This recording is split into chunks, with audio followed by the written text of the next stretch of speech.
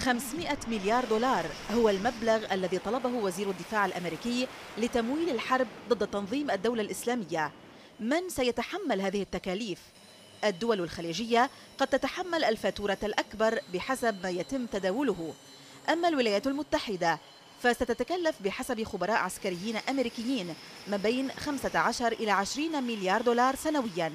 فكلفة الطلعة الواحدة لطائرة الF-16 تتراوح ما بين 22 إلى 30 ألف دولار للساعة الواحدة، وكل قنبلة تسقطها كلفتها 20 ألف دولار.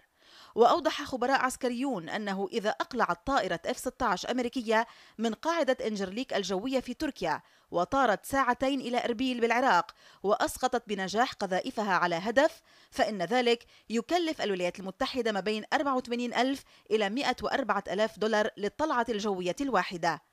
وأفاد أحد التقارير العسكرية بأن الحكومة الأمريكية قد تنفق في هذه الحرب 200 مليون دولار أسبوعيا، وكلما طال أمدها كلما ارتفعت نسبة التكاليف.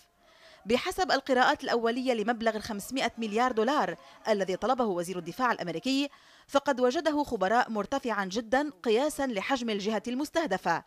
فهناك تحالف من 40 دولة بينها الأقوى عسكريا وماليا سيضخ خبراته وقدراته و500 مليار دولار لمواجهة تنظيم من 20 ألف مقاتل على مدى 3 سنوات على الأقل، والنجاح غير مضمون.